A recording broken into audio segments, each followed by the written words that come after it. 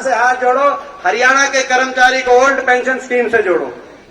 सबसे ज्यादा धोखा 5100 का नाम तो उनका हुआ। तो भाई हाथ से हाथ जोड़ो, हरियाणा के बड़े बुजुर्गों को देश में सर्वाधिक डंके की चोट पे 6000 बुढ़ापा पेंशन से जोड़ो। हाथ से हाथ जोड़ो, हर परिवार को 500 रुपए में सिलेंडर से जोड़ो। अपने टाइम में 400 था, लेकिन 500 का जो हमारी राजस्थान की सरकार ने किया, 500 रुपए सिलेंडर से जोड़ो। ठीक है, राम राम जी सबने।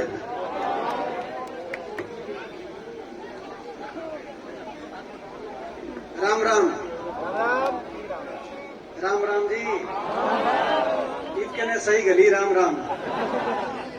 हमारे बीच में हमारे बहुत ही आदरणीय और बहुत वरिष्ठ कांग्रेस पार्टी के हरियाणा के बहुत वरिष्ठ लोगों में से जिनकी गिनती होती है,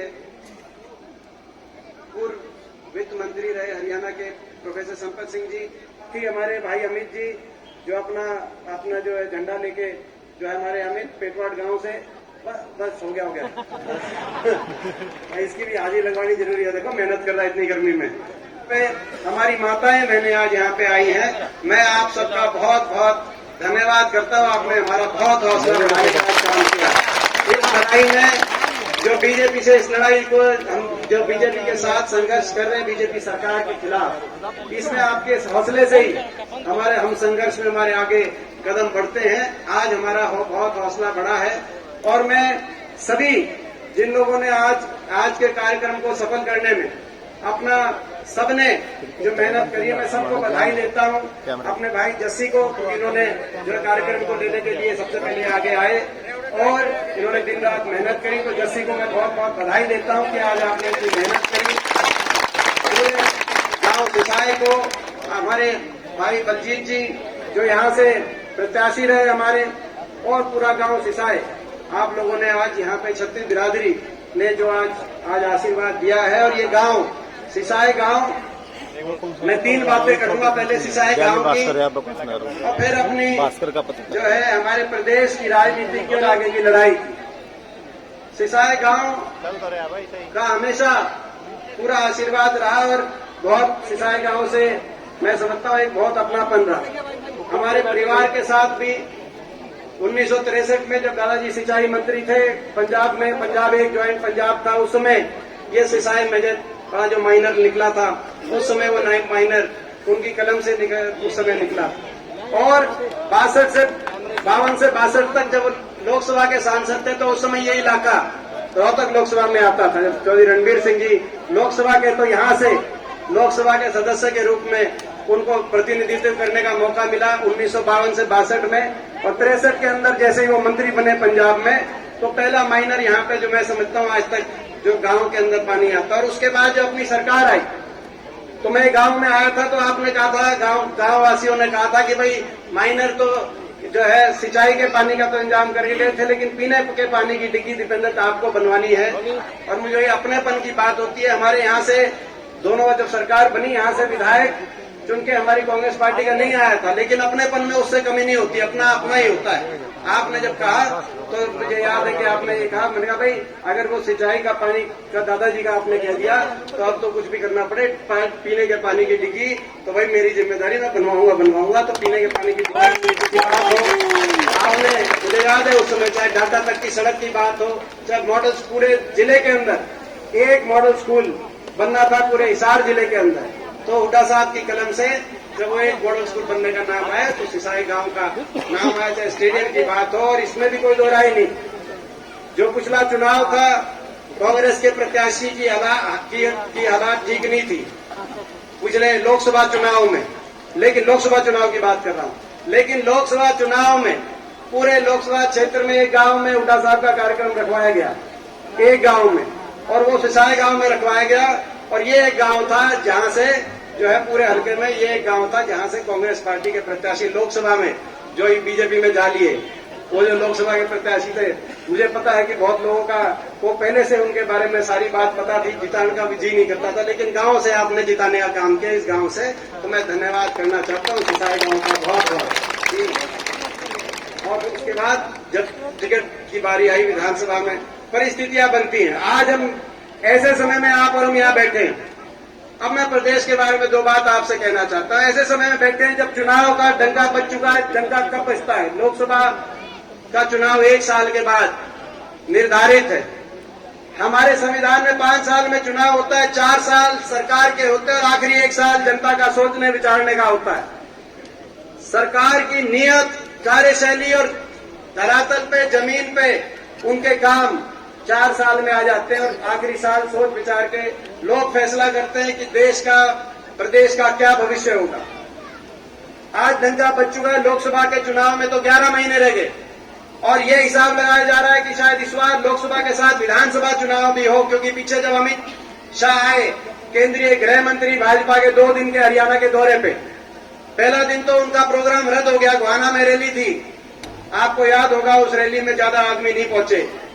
जब ज्यादा लोग उस रैली में नहीं आए तो बीजेपी ने कहा कि भाई मैं ज्यादा सर्दी थी फरवरी के महीने में, ज्यादा हो गया, इसीलिए मौसम खराब की वजह से। मगर दूसरे दिन जब हरियाणा का उन्होंने सारा भ्रमण किया तो जाते जाते कह गए कि बीजेपी कार्यकर्ता तैयार रहो, इस बार लोकसभा के साथ विधानसभा कराने पड़ सकते हैं। इसका अर्थ ये है कि वो समझ गए कि ये जो भाजपा की सरकार है हरियाणा में, खट्टर सरकार, इसके पंजे उखड़ चुके हैं।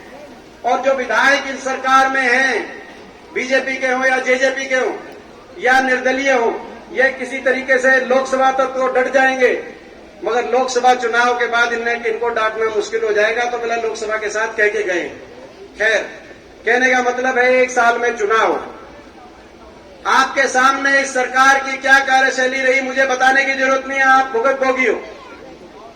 2014 से पहले जो हरियाणा देश में विकास दर में नंबर 1 था, प्रति व्यक्ति निवेश में, प्रति व्यक्ति आय में हम नंबर 1 पे माने जाते थे। हरियाणा के भाईचारे का मिसाल दिया जाता था। भाईचारे में देश में हरियाणा का जिक्र था। खुशहाली में देश में हरियाणा की बात थी। गरीब की कल्याणकारी योजनाओं में देश में हम नंबर 1 माने जाते थे। किसान के हितकारी फैसलों में, चाहे किसान के 1600 करोड़ के कर्जे की, बिजली के बिलों के कर्जे की माफी की बात हो जो कांग्रेस की सरकार में हुड्डा साहब के समय हुए, चाहे 2200 करोड़ के कोऑपरेटिव के कर्जे की बात हो, गरीब के चाहे 100 गज के प्लॉट की बात हो, चाहे मकान की बात हो, चाहे बड़े बुजुर्गों की पेंशन हो, चाहे खिलाड़ियों के सम्मान की बात हो। देश में हरियाणा का नाम था कि खिलाड़ियों के लिए अगर सम्मान कहीं है तो हरियाणा के अंदर है। और 10 साल अमन, चैन, शाम, शांति, आपस में भाईचारा, खुशहाली की तरफ हरियाणा बढ़ा।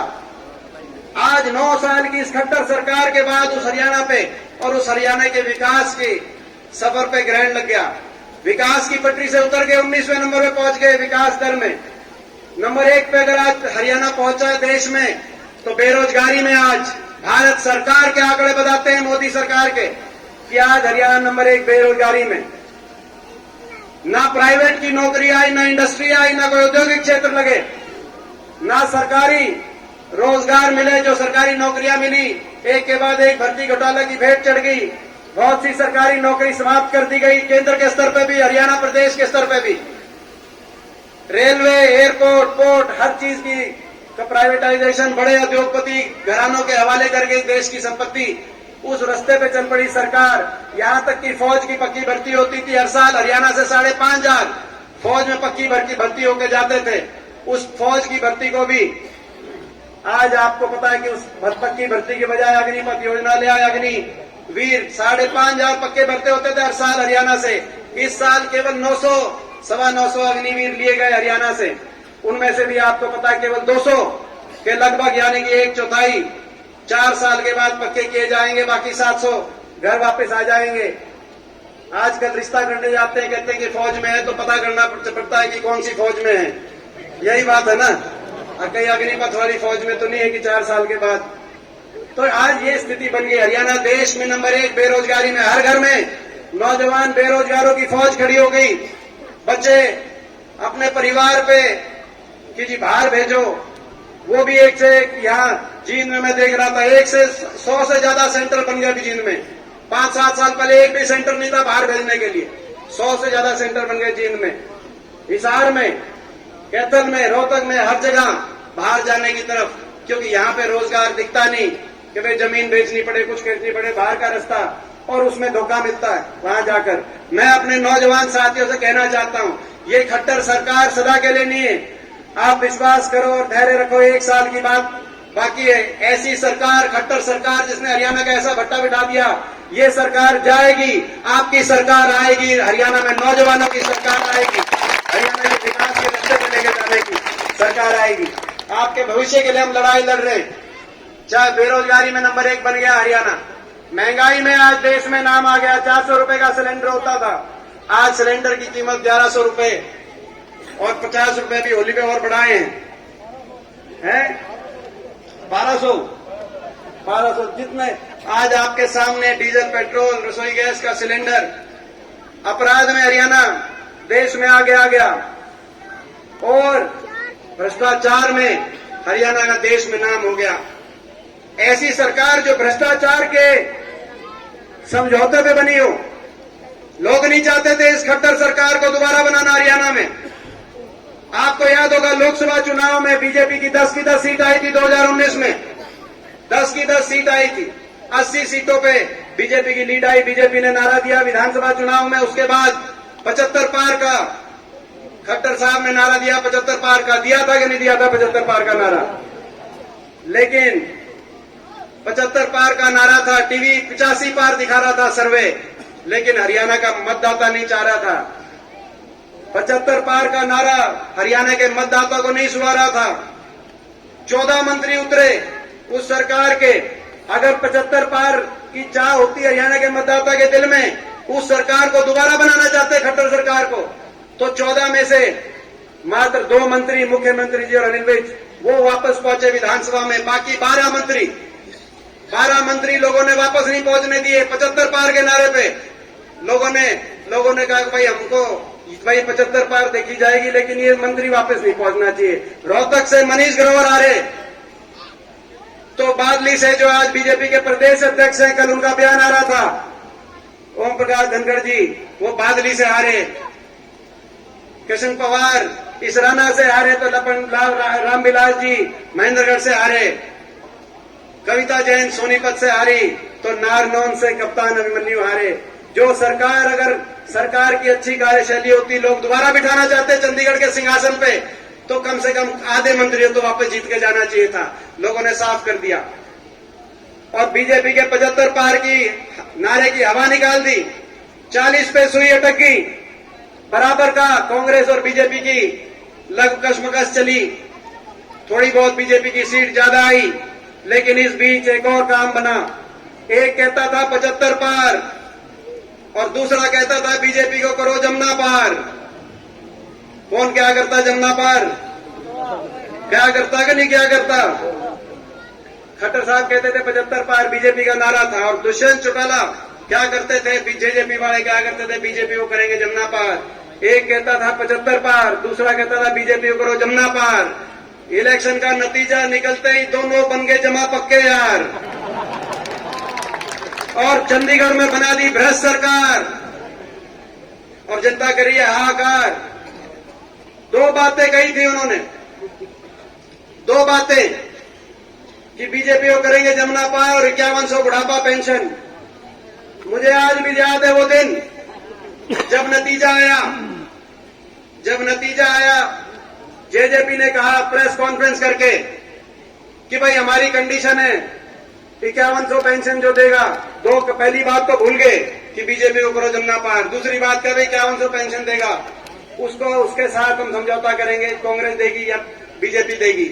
तुरंत 31 विधायकों ने बैठ के, उठा साहब ने, हम लोगों ने 4 बजे उनकी प्रेस कॉन्फ्रेंस थी, 5 बजे हमने प्रेस कॉन्फ्रेंस करी दिल्ली में कि भाई पेंशन भी देंगे, क्योंकि कांग्रेस के घोषणा पत्र, आपसे पहले कांग्रेस के घोषणा पत्र में है 5100 पेंशन। और हम 1 नवंबर, तो हमने तारीख भी तय करी कि 1 नवंबर 2019, यानी कि 4 साल पहले शुरू हो जाती। हमने कहा भाई हमारे साथ आओ, लोगों ने इस सरकार को हराने के लिए मत दिया है, हमारे साथ आओ, 5100 पेंशन भी देंगे, और भी कोई बात होगी पूरा आपको मान सम्मान भी देंगे, हमारे साथ पेंशन, हमारे साथ आओ। उचाना में लोगों से पूछा दुष्यंत चौटाला ने क्या करना चाहिए, लोगों ने, सबने कहा कि भाई कुछ भी करना, लेकिन बीजेपी का साथ नहीं देना। मैं गलत तो नहीं कह रहा, ये कहा था कि नहीं कहा था, मैं कहना चाहता हूं, कुछ भी करना, बीजेपी का साथ ना देना। उचाना से गाड़ी चली जींद तक, रोहतक तक, बहादुरगढ़ दिल्ली बॉर्डर तक गाड़ी ठीक रास्ते पे चल रही थी। दिल्ली में बढ़ते ही दिल्ली की टेढ़ी मेढ़ी सड़कें, नांगलोई, नजफगढ़, पंजाबी बाग, दिल्ली की टेढ़ी मेढ़ी सड़कों पे थलसती थलसती गाड़ी अमित भाई शाह के बढ़ने का आगे रुकी कि नहीं रुकी। और वहां जाके भीतर चले गए, बाद में जाके बाहर कहा समझौता हो गया, 5100 की पेंशन पे समझौता हो गया, 75% रिजर्वेशन पे समझौता हो गया। एक तरफ भारत देश के गृह मंत्री खड़े थे, एक तरफ मुख्यमंत्री खट्टर साहब खड़े थे, जिनको उस समय लोगों ने हरा दिया था, लेकिन उस समय समझौते के बाद दोबारा भावी मुख्यमंत्री बन गए। इससे ज्यादा कोई बड़ी संवैधानिक पदों पे कोई नहीं हो सकता। उनके बीच में खड़े होकर कहा समझौता हो गया 5100 पेंशन का। मैं पूछना चाहता हूं अपने बड़े बुजुर्गों से, आज 4 साल हो गए इस सरकार को, आपकी वो 5100 पेंशन आ रही है कि नहीं आई? आ रही है कि नहीं आ रही है? 5100 की पेंशन का समझौता नहीं था, 5100 की पेंशन का समझौता नहीं था, हरियाणा को लूटने की छूट का समझौता था, आपके साथ विश्वासघात करने का समझौता था, आपको धोखा देने का समझौता था और अपनी जेब भरने का समझौता था। महकमे भी बांटे, तो महकमे बांटे इस बात के नहीं बांटे कि उस किस महकमे में से कौन फालतू काम करेगा। महकमे इस बात के बांटे कि कौन ज्यादा, किस महकमे से जो कौन ज्यादा मलाई खाएगा। शराब का महकमा किसके पास जाएगा, एक्साइज का किसके पास जाएगा, पंचायत का महकमा किसके पास जाएगा, और कौन सा खोपर है जो सरकार में पड़ जाएगा। और ये मैं नहीं कह रहा, इनके विधायक कह रहे हैं कि भाई 1 लाख कौन सा खोपर है जो सरकार में पड़ गया 1 लाख जिम्मे का। कह रहे इनके इतना खुला भ्रष्टाचार। यहाँ के विधायक ने कहा कि भाई 1 लाख जीवन लग रहा है। क्या जीम रहे हैं? मैं पूछना चाहता हूँ राजनीति की नैतिकता में, क्योंकि 5100 आए नहीं, बुढ़ापा पेंशन आई नहीं, लोगों के विश्वास के साथ धोखा दिया।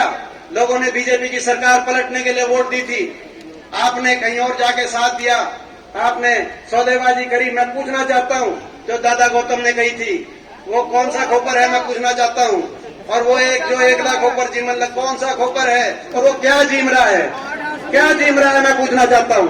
हरियाणा के ये भ्रष्टाचार का समझौता नहीं तो और क्या है, हरियाणा को लूटने का समझौता है खुले तौर पे, और ये सरकार चल रही है।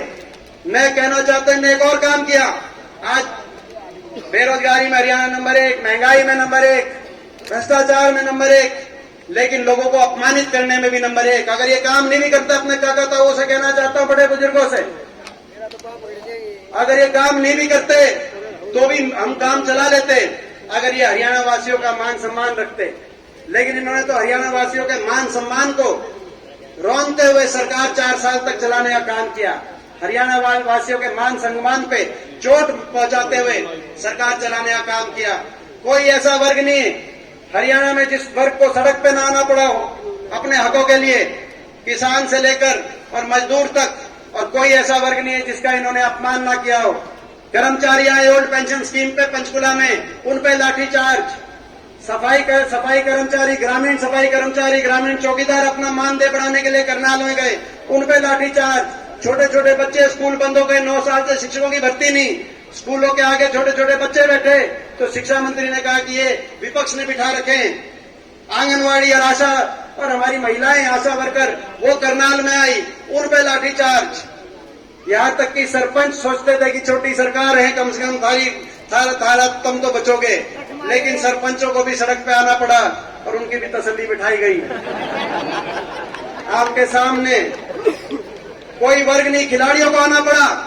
मैं पूछना चाहता हूं, हमारी सरकार थी तो लगभग 800 खिलाड़ियों को अलग अलग पदों पे बिना भेदभाव के नियुक्ति मिली थी, और देश में हरियाणा के युवा का नाम पूरे दुनिया के अंदर और देश के अंदर हरियाणा का युवा का नाम रोशन हुआ था बिना भेदभाव के। आज जो बीजेपी में है, हमारे पहलवान योगेश्वर दत्त उस समय डीएसपी भर्ती हुए थे, तो बबीता फोगाट आप बहन हमारी, उन देश का गौरव है ये, वो भी उस समय डीएसपी भर्ती हुई थी।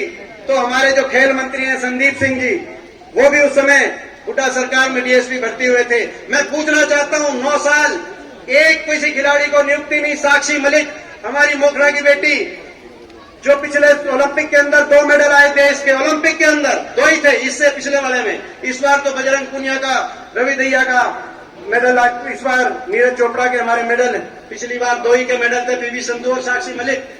आज तक साक्षी मलिक को नियुक्ति पत्र नहीं मिली, जंतर मंतर पे धरने में बैठना पड़ा, कोई पूछने वाला नहीं है, उनको अपमान का सामना करना पड़ा। कोई ऐसा वर्ग नहीं, खिलाड़ियों से लेकर और गरीब आदमी, मनरेगा के मजदूरों के बजट 3/3 कम कर दिया। मनरेगा के बजट जो मजदूर निकले, मनरेगा के मजदूर जब निकले करनाल के अंदर, उन पे लाठीचार्ज। और किसान का जो अपमान किया वो आपका और मेरा दिल जानता है। 1 साल वो ऐसा बीता, किसान सड़क पे बैठा था लाखों की तादाद में, हमारे बड़े बुजुर्ग, हमारी महिलाएं, हमारी माताएं बहनें इन धरनों पे बैठी थी। 750 किसानों के घरों के चिराग बुझ गए। हर रोज शव वापिस आते थे इन धरनों से। अभी जैसी बता रहे थे अपने गांवों में, मगर हरियाणा पंजाब के गांवों में शव वापिस आते थे। और हर रोज देश की सबसे बड़ी पंचायत में मजाक उड़ाया जाता था। मैं आपका बेटा हूं, मैं आपके बीच में नहीं कहूंगा तो कहा कहूंगा। मेरा सौभाग्य भी है और मेरा दुर्भाग्य भी है। मेरा सौभाग्य है कि मैं पिछले 19 साल से देश की सबसे बड़ी पंचायत का सदस्य हूं। पहले 3 बार लोकसभा में रहा, इस बार लोकसभा चुनाव में जो हुआ मेरे साथ आपको पता है, लेकिन उसके बाद हमारी सीट आई तो राज्यसभा में जाने का अवसर मिला।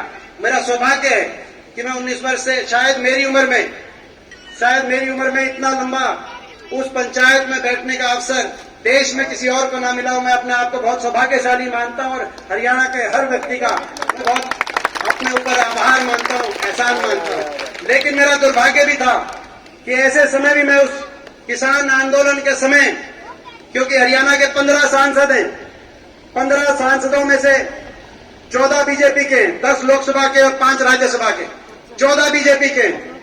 और जब एक अकेले विपक्ष के सांसद के रूप में वहां पहुंचते थे और वहां आवाज उठाते थे, क्योंकि वहां ना बोले तो क्या करें। हमारे काका ताऊ बैठे थे, हमारे बड़े बुजुर्ग बैठे थे, अंदर जाके जब बोलते थे कि भाई कम से कम इनकी बात नहीं मानते तो इनको इंसान मानो, इस देश का नागरिक मानो, सहानुभूति के 2 शब्द व्यक्त कर दो। किसी के घर का, किसी का बाप गया है, किसका बेटा गया है, किसका भाई गया है, ये बैठे हैं, इनके कोई किसी छोटे मोटे किसी धरने पे किसी की तबीयत खराब हो जाती है तो आप प्रशासन में हड़कंप आ जाती है। यहाँ 750 घरों के चूल्हे बुझ गए, आप कम से कम खड़े होकर कह दो कि इनकी बात नहीं मानेंगे, लेकिन हमें दुख है, ये भी देश के नागरिक हैं। उनको देशद्रोही बताया जाता था, मजाक उड़ाया जाता था। जिस किसान का एक बेटा ट्रैक्टर का स्टीयरिंग पकड़ के देश को खाद्य सुरक्षा देता है तो दूसरा बेटा स्टेन गन पकड़कर पाकिस्तान और चीन की बॉर्डर पे देश को सुरक्षा देने का काम करता है। आज देश की पंचायत ने, सबसे बड़ी पंचायत ने, बीजेपी के मंत्रियों ने, हमारे प्रदेश के कृषि मंत्री ने, उनका लगातार मजाक उड़ाया गया। मैं आपसे कहना चाहता हूं कि ऐसा अकेलापन, मैं 19 साल से संसद का सदस्य हूं, लेकिन वो 1 साल ऐसा बीता, ना तो संसद में हम आपस में बहस करते हैं बाहर, मगर के उसके बहस के बाद कैंटीन में, सेंट्रल हॉल में दलगत राजनीति से ऊपर उठकर एक दूसरे के साथ चाय पीते, खाना खाते हैं और घर वापस आ जाते हैं। लेकिन उस 1 साल किसी दूसरे के साथ पानी पीने का जी भी नहीं करता था। जाके आपकी लड़ाई लड़ते थे और उसके बाद सीधा उन धरनों पर जाते थे या किसी गांव में जाते थे जिसका किसी का कोई जो है किसी का शव वापिस आया हो। मैं आपसे पूछना चाहता हूं, भाई ये तो मेरा अकेलापन जो मैंने महसूस किया होगा वो तो मेरा जी जानता है, लेकिन इस लड़ाई में इस बीजेपी की सरकार जिसने हरियाणा का भट्टा बैठा दिया, इस लड़ाई में तो आप अकेला नहीं पड़ने दोगे। मैं आपसे आज पूछना चाहता हूं, बड़े बुजुर्गों से मैं पूछना चाहता हूं, क्योंकि आपको फैसला करना पड़ेगा, आपको फैसला करना पड़ेगा, अपनी अगली पीढ़ी के भविष्य के लिए फैसला करना पड़ेगा। क्योंकि इस समय भी अगर आप नहीं समझे और जागरूकता से फैसला नहीं किया तो आगे लड़ाई लड़ने के लिए, अपनी लड़ाई लड़ने के लिए मैं समझता हूं आज हरियाणा के अंदर कोने कोने में मैं जा रहा हूं। आज हरियाणा में बदलाव, हर व्यक्ति के चेहरे पर बदलाव है। आज पिछली बार 19 में तो सरकार ये 75 पार की हवा निकाली थी। इस बार हरियाणा, पूरे प्रदेश के कोने कोने में हरियाणा वासी बदलाव और परिवर्तन की तरफ देख रहे हैं। मगर आपको बड़ी सोच समझ से और बड़ी सूझबूझ के साथ आपको और हमको लड़ाई लड़नी पड़ेगी। मैं नारनौल से पूछना चाहता हूं, नारनौल हल्के से पूछना चाहता हूं, सिसाई गांव से भी पूछना चाहता हूं। भाई इस लड़ाई में जब लड़ाई होगी, सीधी लड़ाई है, सीधी लड़ाई है, मिसफायर मत करना, बीच में मिसफायर नहीं, सीधी लड़ाई। एक तरफ ये है जिन्होंने हरियाणा का भट्टा बिठाया है और एक तरफ चौधरी उपेंद्र सिंह हुड्डा जी के नेतृत्व में कांग्रेस पार्टी। तो भाई मैं आपसे पूछना चाहता हूं, इस लड़ाई में चौधरी छोटू राम कह के गए कि भाई ये बोले किसान दो काम करना, बोलना ले सीख और अपना ले पहचान। मैं पूछना चाहता हूं आपको अपने पैराई की इस बार नारनौल हल्का अपने पैराई की पहचान करेगा कि नहीं करेगा, मैं पूछना चाहता हूं। क्योंकि एक साल है, आपका आशीर्वाद होगा तो लड़ाई लड़ेंगे। अपने घर में खड़े हैं, सिसाई गांव को मैं अपना घर समझता हूं। भाई मेरी कर्म भूमि है, मेरी जन्मभूमि सांगी हो सकती है, लेकिन मेरे को आज से सही 10-11 साल पहले उपचुनाव था जयप्रकाश जी का। उस समय उपचुनाव में मुझे जो है नारनौल हल्के की ड्यूटी लगी थी। तब से लेकर आज तक मैंने अपना घर परिवार, भाई मेरी जन्मभूमि सांगी गांव हो सकती है, लेकिन मेरी कर्म भूमि भाई सिसाई गांव नारनौल हल्का, ये मेरी कर्म भूमि है, मैं कहना चाहता हूं। तो भाई तो हमारा ये हाथ से हाथ जोड़ो प्रोग्राम, आखिर में मैं 5-4 संकल्प बोलता हूं कि भाई हमारे संकल्प हम करते हैं हाथ से हाथ जोड़ो प्रोग्राम कि भाई हम आगे लड़ाई लड़ेंगे। किस बात के लड़ाई लड़ रहे हैं हम? संकल्प 3-4 हमारे संकल्प आपके सामने मैं दोहराना चाहता हूं। प्रस्ताव है, ये प्रस्ताव पारित है तो एक बार हाथ खड़े करके बताना। पहला संकल्प, हाथ से हाथ जोड़ो, यानी कि हरियाणा की 36 बिरादरी के हर भाई को दूसरे भाई से प्यार और प्रेम से जोड़ो, हाथ से हाथ जोड़ो। ये पारित है क्या संकल्प भाई? हाथ से हाथ जोड़ो। दूसरा संकल्प, हाथ से हाथ जोड़ो, हरियाणा के कर्मचारी को ओल्ड पेंशन स्कीम से जोड़ो। हाथ से हाथ जोड़ो हरियाणा के हर परिवार को, क्योंकि आज के दिन बिजली, गैस, पेट्रोल, डीजल, महंगाई ने हर घर का बजट बिगाड़ दिया, तो भाई उससे भी राहत देने की जरूरत है। तो जैसा कि हमारी हिमाचल की सरकार, कांग्रेस की सरकार बनी, सुखू मुख्यमंत्री बने, आते ही हमने फैसला, तो भाई हाथ से हाथ जोड़ो, हरियाणा के हर परिवार को 300 यूनिट फ्री बिजली से जोड़ो, जो हमारी हिमाचल की सरकार ने करके दिया, हमारा संकल्प। और हाथ से हाथ जोड़ो, हाथ से हाथ जोड़ो, किसान को एमएसपी की गारंटी और किसान को सम्मान से जोड़ो, किसान को उचित मुआवजे से जोड़ो और किसान को हर तरीके के स्वाभिमान से जोड़ो। हाथ से हाथ जोड़ो, ये हमारा एक संकल्प। हाथ से हाथ जोड़ो, हर गरीब परिवार को 100-100 गज के प्लॉट, जो हमारी योजना थी जो बंद हो गई, 4 लाख परिवारों को मिले, लेकिन बहुत से परिवार नहीं मिल पाए, तो हर गरीब परिवार को 100-100 गज के प्लॉट और 2 कमरे के सरकार की तरफ से सहायता देकर 2 कमरे के मकान से जोड़ो। हाथ से हाथ जोड़ो, ये हमारा संकल्प। हाथ से हाथ जोड़ो, हरियाणा के हर गांव, हर शहर को विकास की पूर्ण रफ्तार से जोड़ो, जो विकास की पटरी से इन्होंने उतार दिया। और हाथ से हाथ जोड़ो, बड़े बुजुर्गों को नहीं बोलेंगे, क्योंकि बड़े बुजुर्गों के साथ सबसे ज्यादा चोट बड़े बुजुर्गों के साथ कर रही है, सबसे ज्यादा धोखा 5100 के नाम पे उनका हुआ।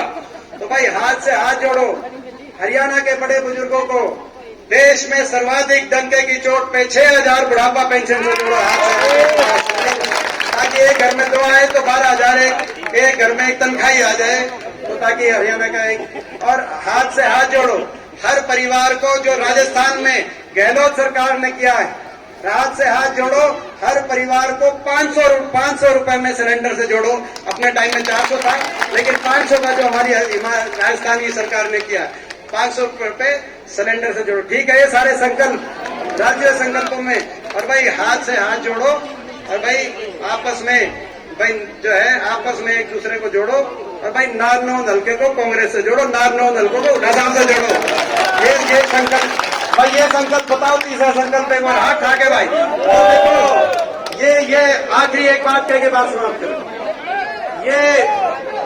ये फिर गड़बड़ कर सकते हैं, आपके बीच में आ सकते हैं तरह तरह की बात करके। इस बार ये आपके बीच में आएंगे बहकाने के लिए। कोई जेजेपी वाला आएगा, कोई दूसरी पार्टी वाले आएंगे, बहकावे में तो नहीं आओगे। जितना अपनापन नारनौल से दीपेंद्र माता है, उतना अपनापन मानो ने बताया भाई। धन्यवाद।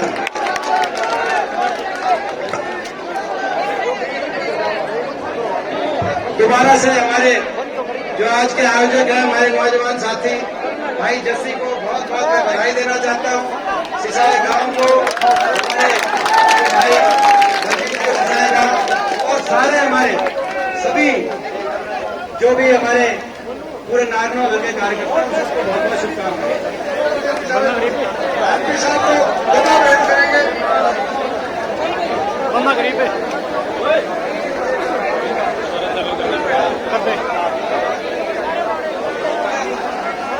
हम गदा भेंट करके सम्मानित करेंगे जस्सी भाई देवेंद्र हुड्डा को